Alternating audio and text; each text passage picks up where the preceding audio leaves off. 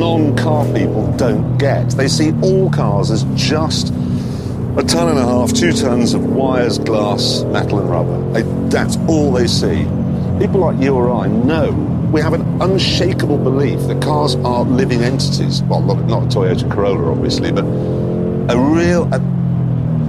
you can develop a relationship with a car, and that's what non-car people just don't get.